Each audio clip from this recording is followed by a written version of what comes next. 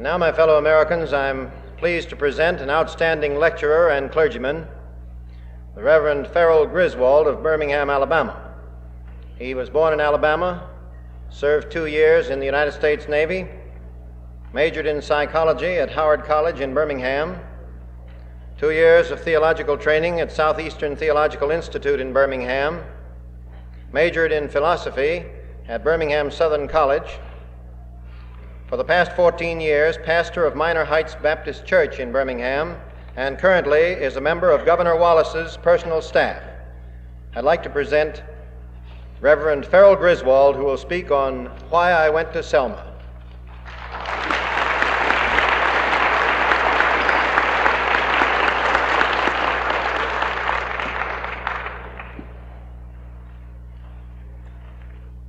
I wish to express my personal appreciation to Anna McKinney for the pressure that she brought to bear upon Colonel Bunker that gave me this opportunity to come to Boston in order to invade the North.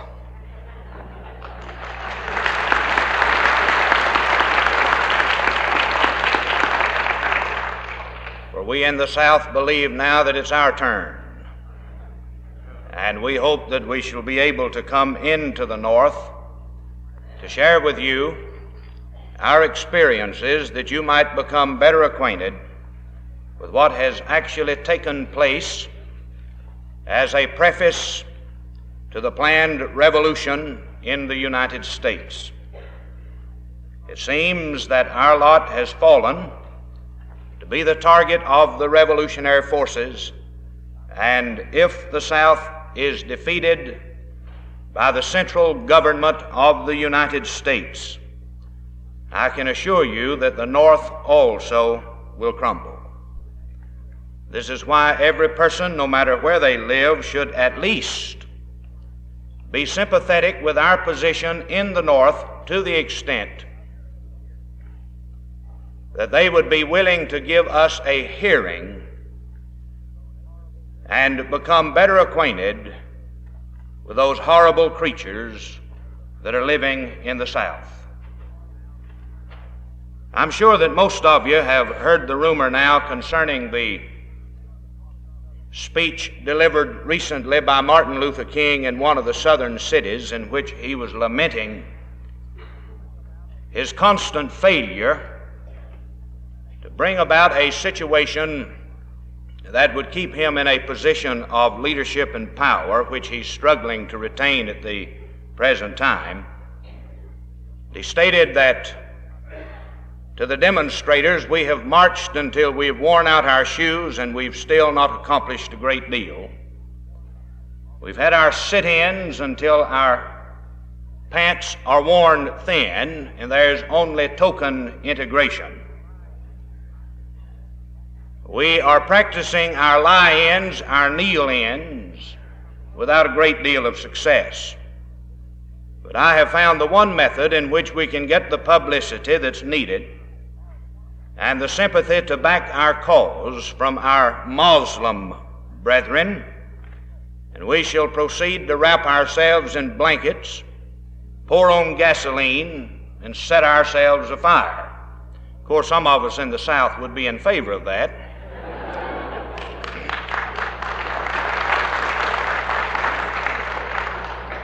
And as this statement was made, one of the demonstrators got up and started walking out of the room, and King said, "Sammy, where are you going?" He turned and said, "Reverend King, I've been behind you in the march-ins, the sit-ins, the kneel-ins, but I ain't going to back in these cookouts."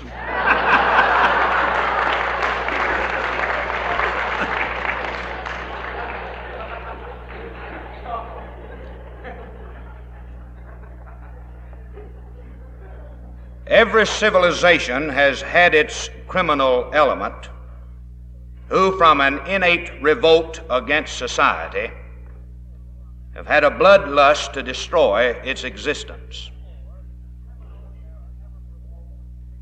Heretofore, these criminals have never proposed a serious threat to the great liberties that we enjoy in the United States, because they have been controlled by the police, pressures exerted upon them from organized society, under the blessings of God's common grace.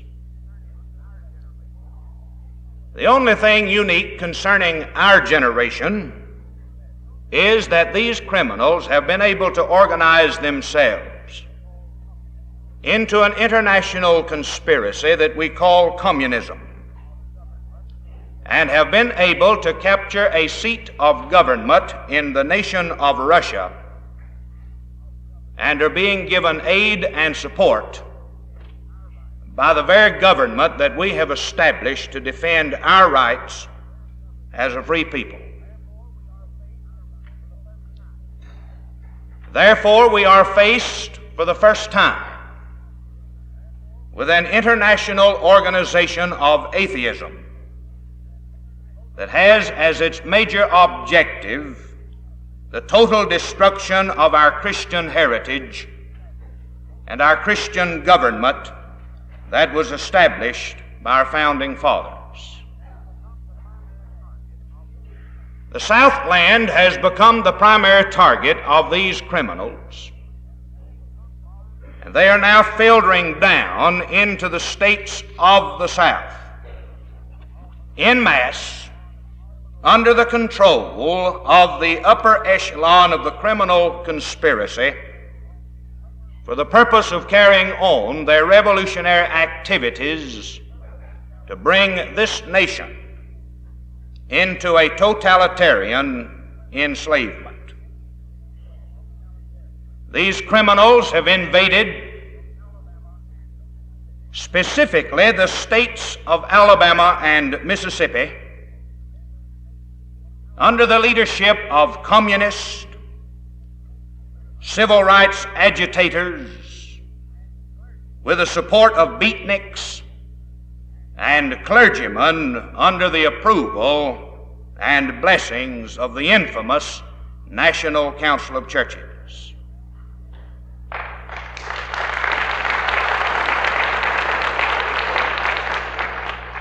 But to add to the ignominy of the situation that we now confront in the Southland, the federal government has placed its approval upon these activities and have joined these criminal forces to aid in our destruction. We in the South are a proud people. Of course, we have never forgotten that we were defeated in the Civil War.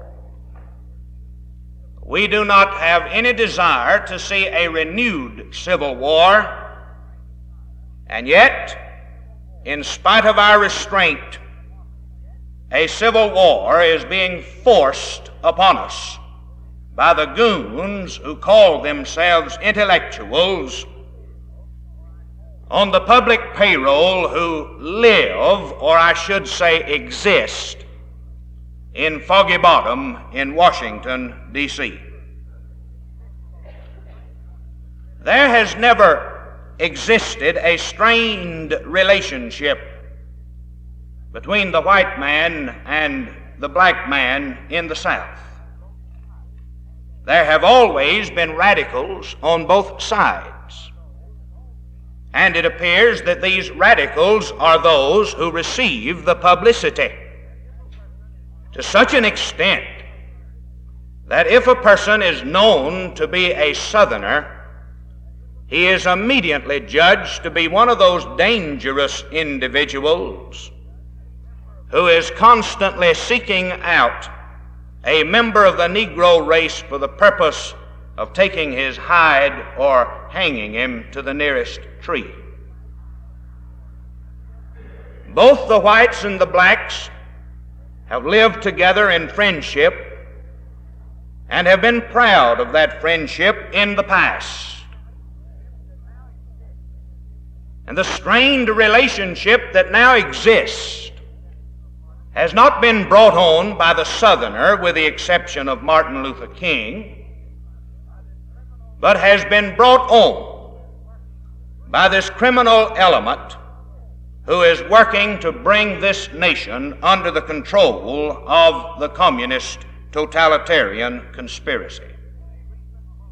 Mr. Robert Welch, in a recent bulletin, made the statement that if we can be successful in exposing the communist control of the civil rights movement, we can break the back of the conspiracy in this nation.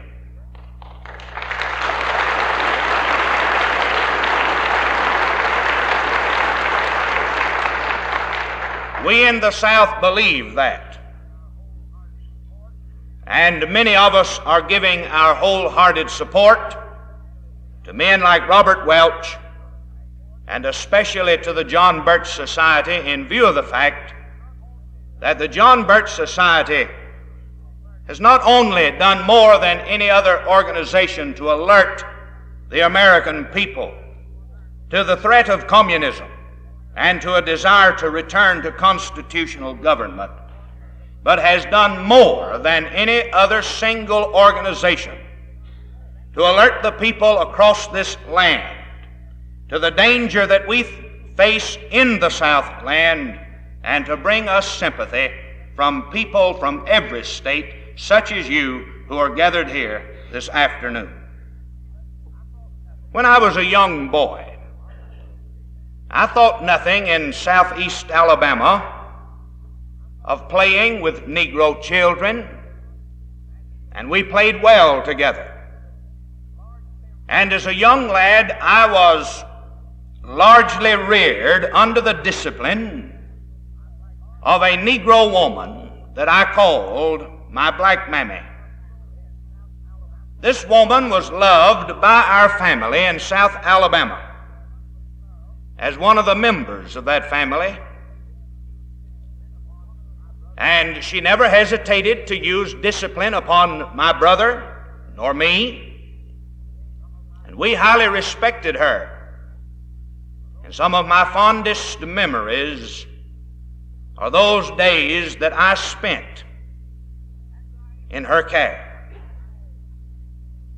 After I entered the ministry and was able to return to the small town in which I had been born, to preach there at the First Baptist Church,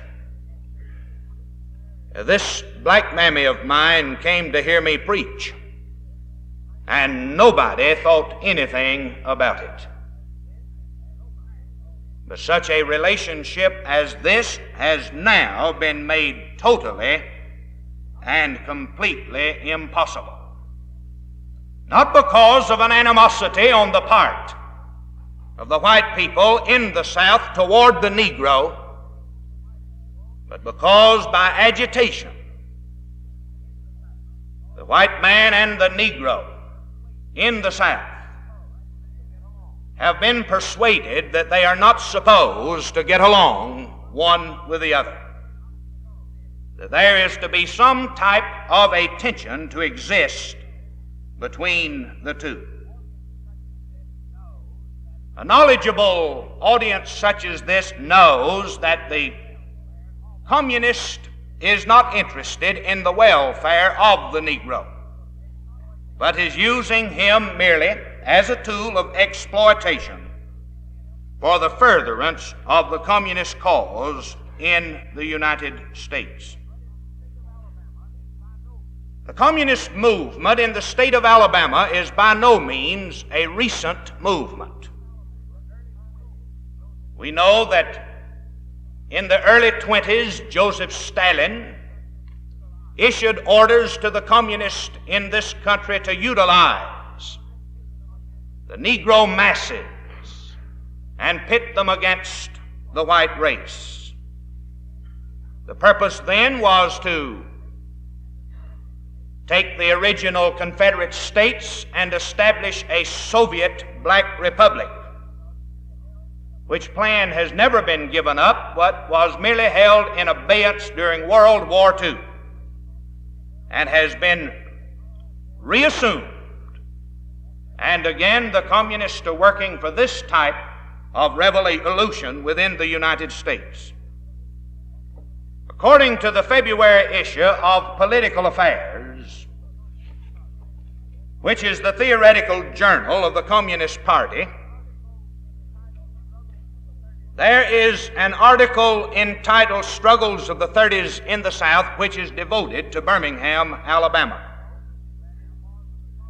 in which the communists boast that it was the Communist Party that forged its way into the South in the early 30s and especially into Alabama, and forced the brakes to be applied to the lynchers' car. This article goes on to outline the violence that the Communist Party was able to bring about in the city of Birmingham in Woodrow Wilson Park, in front of the 16th Street Baptist Church, even in 1933. Gil Green boasted in 1935 that the Communists had managed to send 300 agents into the Southland, that most of these had been sent into the state of Alabama, and these had been located in church youth organizations in that state in order to capture the Negro youth for the coming Negro Revolution. In 1938, the communists and pro-communists and fellow travelers and dupes met at a mass meeting held at the Tutwiler Hotel in Birmingham, at which meeting Eleanor Roosevelt was present, to organize and establish the Southern Conference on Human Welfare, which was later cited as being a communist organization. Therefore, communist infiltration and agitation in the state of Alabama has a long history. And in the 30s, a Presbyterian clergyman by the name of the Reverend Claude C. Williams, who was head of the People's Institute of Applied Religion, located his offices on 4th Avenue South in Birmingham for the sole purpose of training the youth for revolutionary causes. In his biography that was written by the communist exile Cedric Belfridge, Claude Williams is quoted as saying, "Denominationally, I am a Presbyterian. Theologically, I am a Unitarian. Politically, I am a communist. I do not preach to make men good. I preach because the masses can be reached in the churches for communism." Under the leadership of this man and Asbury Howard, who still lives in Bessemer, they were able to organize a communist control union, the Mine Mill and Smelters Union, that is still operating in Bessemer, a suburb of Birmingham. After Williams was exposed, he moved out of Birmingham, approximately 50 miles south, to a farm, where he lives today, carrying on silently his agitational work among Negro youths. In 1954, the bus boycott was organized by Aubrey Williams, an identified communist, for Martin Luther King in Montgomery, Alabama.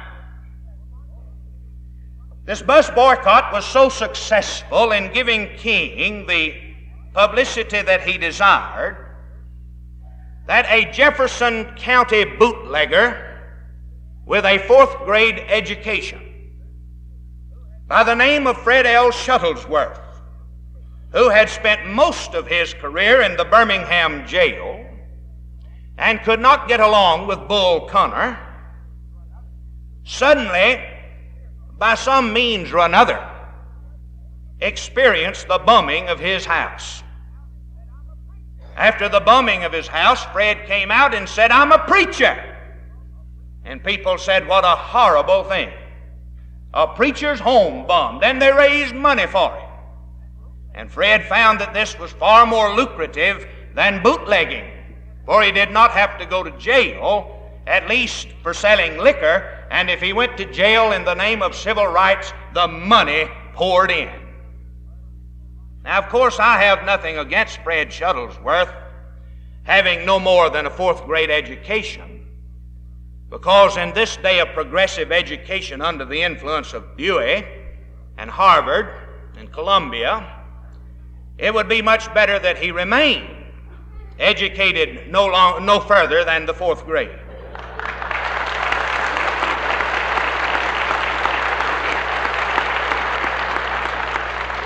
But it is a tremendous shame that he was exploited and is now being used by identified communists as the so-called president of the Southern Conference Educational Fund Incorporated, that has been identified also as a communist organization. I became involved in the civil rights communist revolution in April of 1963. For on April the 3rd of 1963, Birmingham was invaded by Martin Luther King and such characters as Carl and Ann Braden and Dr. James Dombrowski, all identified communists. Now, for the sake of your Boston Globe, to whom I gave the names of communists in the civil rights movement, I am again attempting to identify, although I was quoted as having refrained from identifying a single communist in the movement. Now, of course, the April 3rd movement in Birmingham had far more significance than you were told, because this movement was not for the purpose of getting Negro policemen on the force of the Birmingham police system, nor the integration of the Birmingham school system. But the purpose of King's invasion of Birmingham in 1963 was to bring about a revolution within that city. And I mean a violent revolution. This was not mentioned in your papers, but we have documented evidence from a paper in our own city. And here is a statement that was released in the Birmingham News, in which the tactics to begin the revolution were outlined. Refusal to pay state and local taxes, nothing about the federal income tax, general work stoppages, isolate Birmingham by sit-downs in railroad stations, on highways, airport runways, paralysis of the telephone company by continuous around-the-clock calls. These orders were issued by no less than Benjamin Davis, National Secretary of the Communist Party. You will remember that on Saturday evening, prior to Mother's Day, there were a series of bombings that took place in the city of Birmingham approximately at midnight. I was at home and suddenly shaken almost out of my chair when a bomb went off that ransacked the home of A.D. King, the brother of Martin L. This was serious because A.D. King did not live too far from me. Of course, as in all of the bombings, with the exception of the 16th Street Baptist Church, no one was hurt. Just a little property damage. And within 3 minutes, another bomb went off at the Gaston Motel for Negroes, downtown Birmingham, on the corner of the Woodrow Wilson Park, a beautiful, modern, up-to-date motel. Again, very little property damage to the motel, no one hurt, only the destruction of several house trailers in a lot that belonged to a white businessman. Within 1 minute After this explosion followed the first explosion, close to 2,000 Negro students were assembled in the Woodrow Wilson Park, fully clothed, with bricks, bottles, missiles of various sorts, and weapons. They proceeded as though they had been given a signal in destroying every piece of property they could lay their hands upon, which included the burning of taxicabs, police motorcycles, and police cars, and the setting on fire of buildings in that area. Now the firemen were busy in putting out the fires, while the mobs and the savages that had crawled up out of the gutters went wild. Policemen were stabbed. A white man dragged from a taxicab was beaten almost to death. And an elderly white man who saw what was going on rushed into the crowd and took hold of the white man and rushed him out of the crowd and got him to the hospital. And afterwards it was reported that King's orders were to burn down on that night, prior to Mother's Day, 1/3 of the city of Birmingham. Kill every white person in sight. But because of the efficiency of our police system, the rioters were put down and peace and order was restored. And Martin Luther King was in trouble. He started flying from Birmingham to Atlanta, Atlanta to New York, from New York back to Birmingham, in a mad race, offering one excuse after another. And law and order was restored. While this was taking place in our city, the then mayor of Birmingham, Art Haynes, a very personal friend of mine, and I were speaking in rallies all over the city to people, identifying the communists that were in the city and outlining to them how this was the prelude to a communist revolution. Of course, the news media picked up our attempts, and it was not long until we were receiving vulgar and vicious letters from all over the United States. And some of the dandies came from some professors at City College in New York. I was called a Hitlerite, a fascist. My arguments were never answered. I was constantly harassed and cursed. As the movement went on, we attempted to organize for the purpose of founding a private school system. And I spoke to an audience of 8,000 at a speedway. And I was told by the sheriff's department that many more persons were turned away because of the lack of parking facilities. All of the activities were televised. Part of my 2-hour speech was carried on the Mike Wallace Show.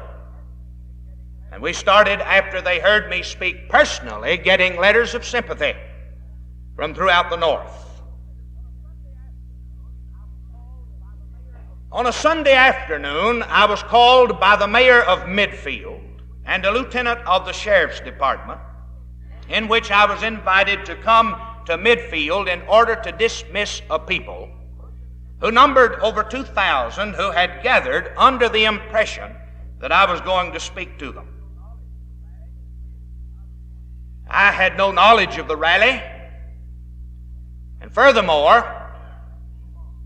the 16th Street Baptist Church had been bombed on that Saturday night, and 4 young, innocent girls had been killed. This immediately sabotaged everything that we were attempting to do. And I went over to the large parking lot, condemned those, whoever they were, that had participated in this dastardly act, told the crowd to go home, and I left and returned to my home. The morning edition of the paper reported my speech accurately, with some compliment, but by the time the news item had reached the evening paper, it was a different situation. The Reverend Griswold had spoken at an impassioned segregationist rally, calling for violence, as a result of which some white youngsters in panic had shot and killed a Negro. Well, this is the kind of publicity I needed, and this is the kind of publicity that followed.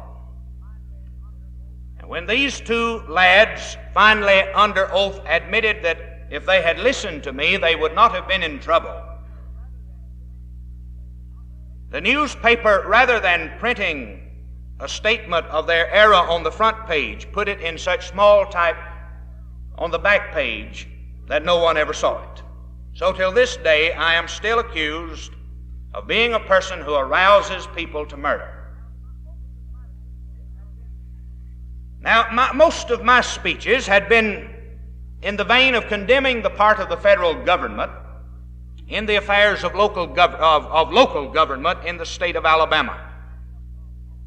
This did not please a certain individual by the name of Robert Kennedy. And I know that you Bostonians are happy that he has packed his carpet bags and moved to New York.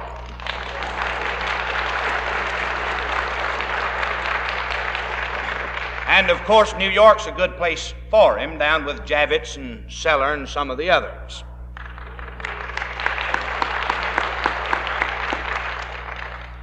So over 100 agents from the Justice Department were sent into the city of Birmingham to utilize the facilities of the FBI. They started a harassment program against the conservatives in that city that will never be forgotten. It was impossible to enjoy any privacy, for my telephone was tapped and has remained tapped most of the time since 1963. These agents would sit in front of my church and with their bugs listen to me preach on Sunday mornings and Sunday evenings, and I was hoping some of them would get converted.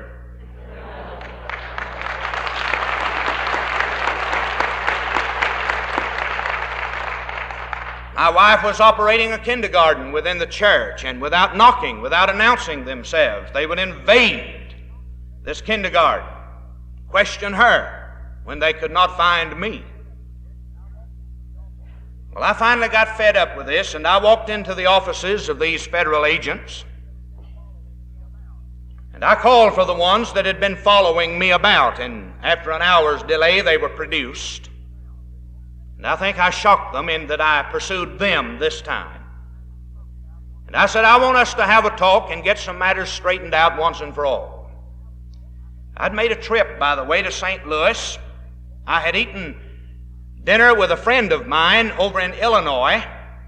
And after I left at 9 o'clock in the evening, the Justice Department walked into his home and said, what was Griswold doing here, and how much dynamite did he buy?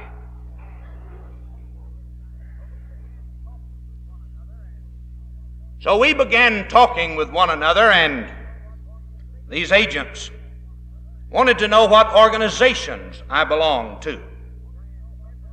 Because it's popular, you know, to brand everyone who is a conservative as being a member of the Klan. I said, I am a member of a Baptist church. Oh, we know that. What other organizations do you belong to? And I leaned over the table and looked at them. I said, gentlemen, I am a card-carrying, and they reached over and picked up the yellow pad and they started to write. And I proceeded. I said, I am a card-carrying, dues-paying, hardcore member of the John Birch Society.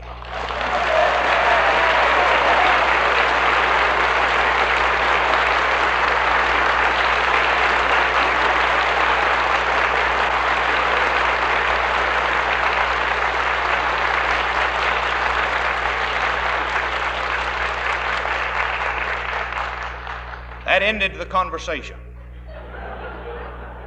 But these fellows have known everything that I've done, and I can assure you that it is no pleasure to be under the strong arm of the Justice Department. Now, on January the 2nd of 1965, Selma was invaded. Mr. Henry Taylor, in a newspaper article which has been recorded in the Congressional Record, gives us an outline of the Lincoln Project of 1956, in which 11 states were brought under the supervision of the Communist Party, and Alabama was designated in the Selma area as a place of invasion. Also in the Congressional Record there is entered an article by Congressman Dickinson in which it is stated that there was a planned air invasion by the 101st Airborne several months prior to the announcement of the Selma invasion. The Washington Post carried the article of a clandestine meeting between such individuals as Bobby Kennedy, Katzenbach, Douglas, and others, Javits, and others, in which they stated that their purpose of invading Selma was not to register Negroes to vote, but to pass legislation. And of course, you know what that means. That means the strengthening of the central government. Now, we have tried to prove that Selma was invaded by communists with the support of the State Department. Some of the persons that could be found in Selma at the time of the invasion was Carl and Ann Braden, Abner Berry, Bayard Rustin, Pete Seeger, and others identified as communists. Also, there was C.T. Vivian, King's lieutenant, who has a communist record. Ralph Bunch from the United Nations was in Selma in the march. And of course, the demonstrators flew the United Nations flag in preference to Old Glory and demanded the intervention of the United Nations in Alabama. Quaison Sackey, President of the United Nations General Assembly, was in Alabama, spoke at Tuskegee Institute, was given a doctor's degree, and is now known as Dr. Quaison Sackey, headhunter from the Congo. Of course, again, we're hoping that he will take some prize trophies home with him, possibly Adlai Stevenson and Ralph Bunch.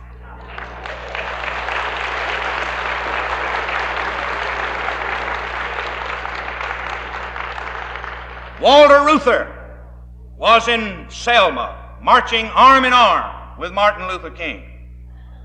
And John Love, no one could miss him, because John Love, one of the advisors and aides to King, wears earrings and lipstick and women's shoes and a man's suit in public because he does not believe in discrimination. And I mean in any sense of the word.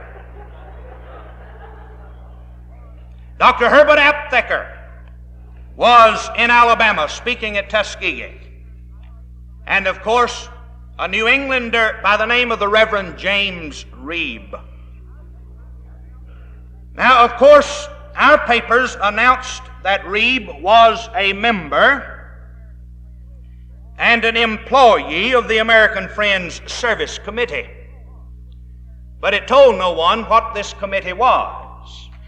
But if you read the January edition of American Opinion, you then saw how Reeb worked for an organization that is a propaganda agency of the communist conspiracy in this country.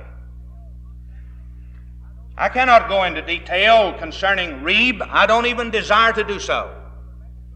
But he was not beaten up in front of a restaurant. He was beaten up in front of a low-grade beer joint. And I know that Reeb would not have died if he had been given medical attention, because there was a doctor's office next door to the establishment where Reeb was carried and detained for a long period of time. Rather than taking him to the Selma hospital, they wanted to drive him 90 miles to Birmingham. So they put him in an ambulance, and conveniently the ambulance had a flat tire 50 miles out of Selma. And instead of trying to get him there by the quickest means, another ambulance was sent for 50 miles away, and it took them 6 hours to get Reeb 90 miles from Selma into Birmingham, and the physician that attended him said that he would not have died if he had been given a spinal tap to relieve the pressure. The nurse at the university hospital who is in charge of emergency is a member of my church. And it was reported to me that Reeb's physical condition was such that he was so filthy that they had to scrub him down with detergents before they could attend to him medically. Of course, you're interested in Loiseau. Her background is quite interesting, and an official investigating committee gave me this information and told me not to divulge their identity. But if I got into trouble, they'd stand behind me. Mrs. Loiseau, as you know, came from Georgia. No reflection on Lester Maddox. Of course, Mr. Loiseau was her third husband. She had a daughter who was under psychiatric treatment at the time she was parading herself in Selma. Furthermore, she was not even a registered voter. How about that? She was found often in the company of Negroes, and Jim Clark said that he picked up a 19-year-old Negro boy in her car for drunken driving and wanted to know why he was in that car and where he had been and where he was going. And he said that he had been attending a party that got even too rough for him, and he just took the first car available, which happened to be the car that belonged to Mrs. Loiseau. She was at the party. I do not justify murder, not in any sense of the word, not even of this creep. But I'll tell you, this woman should have never been glorified in the press as she was. The truth should have been told. The same investigating committee told me that on their files, her father is now in a veterans hospital in the state of Georgia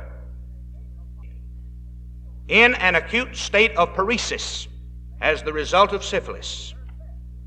And they believe that even she herself had been somewhat affected by the condition of her father at the time of her birth. We can't hold that against her. But nevertheless, here is the image of the true Loiseau. You ask about the sex orgies. They took place. I have a book here, and this book will be available for sale, Sex and Civil Rights, The True Selma Story, written by a reputable newsman at the booth of the Birmingham Independent.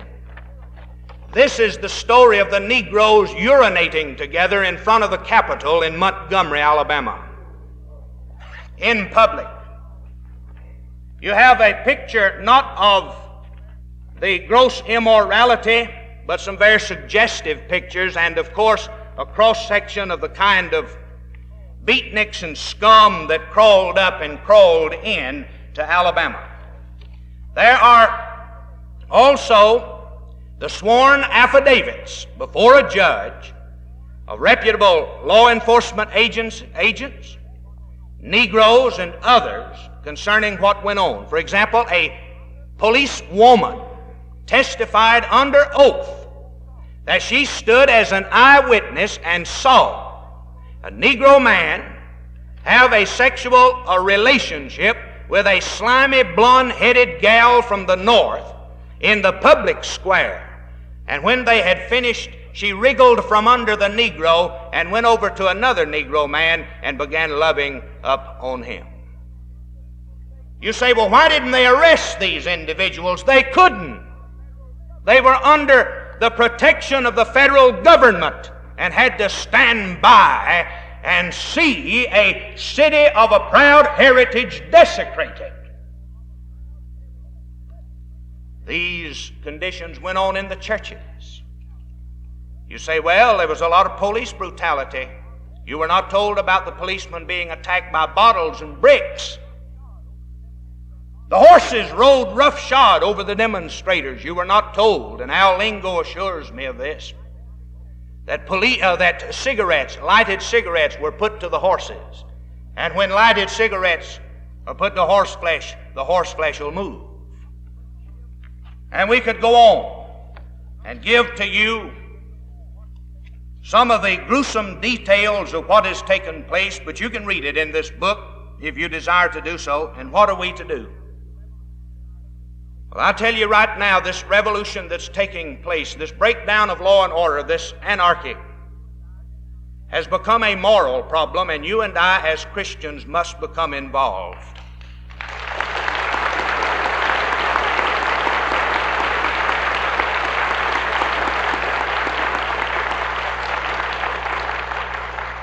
Furthermore, let us return local enforcement of law to the local policeman.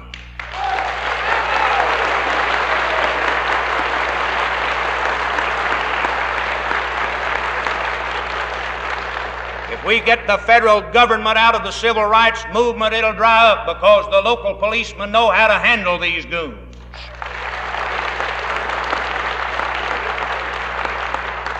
Let us stop the slander that's being registered in the name of police brutality against these underpaid patriots that are standing in the streets for our protection.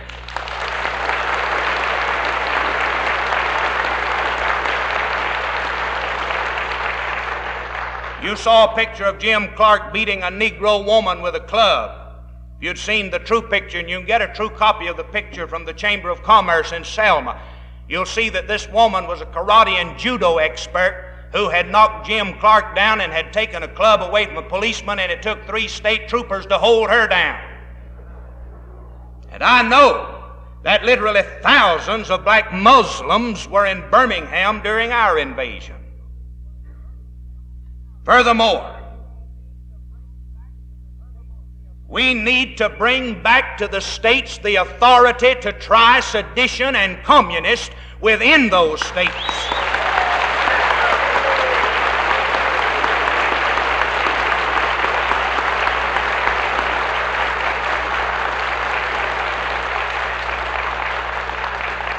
Which means, of course, we'll have to impeach Earl Warren and his Revolutionary Court.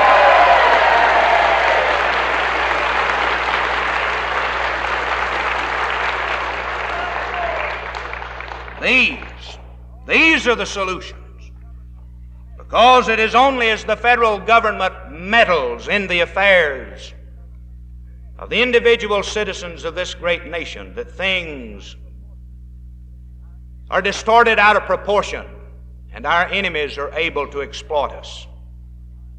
I'm for local government, and that's why I'm for the John Birch Society.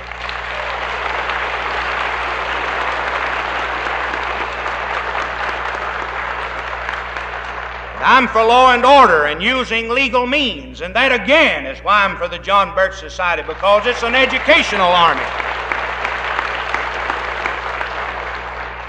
And if we can't beat these crumbs with the truth, then God have mercy upon us. And I say to you people in the North, that if you will forgive us in the state of Alabama for allowing such sewage to be disposed of in our great state, we'll forgive you in the North for opening up the sewage lines and allowing it to flow. Thank you.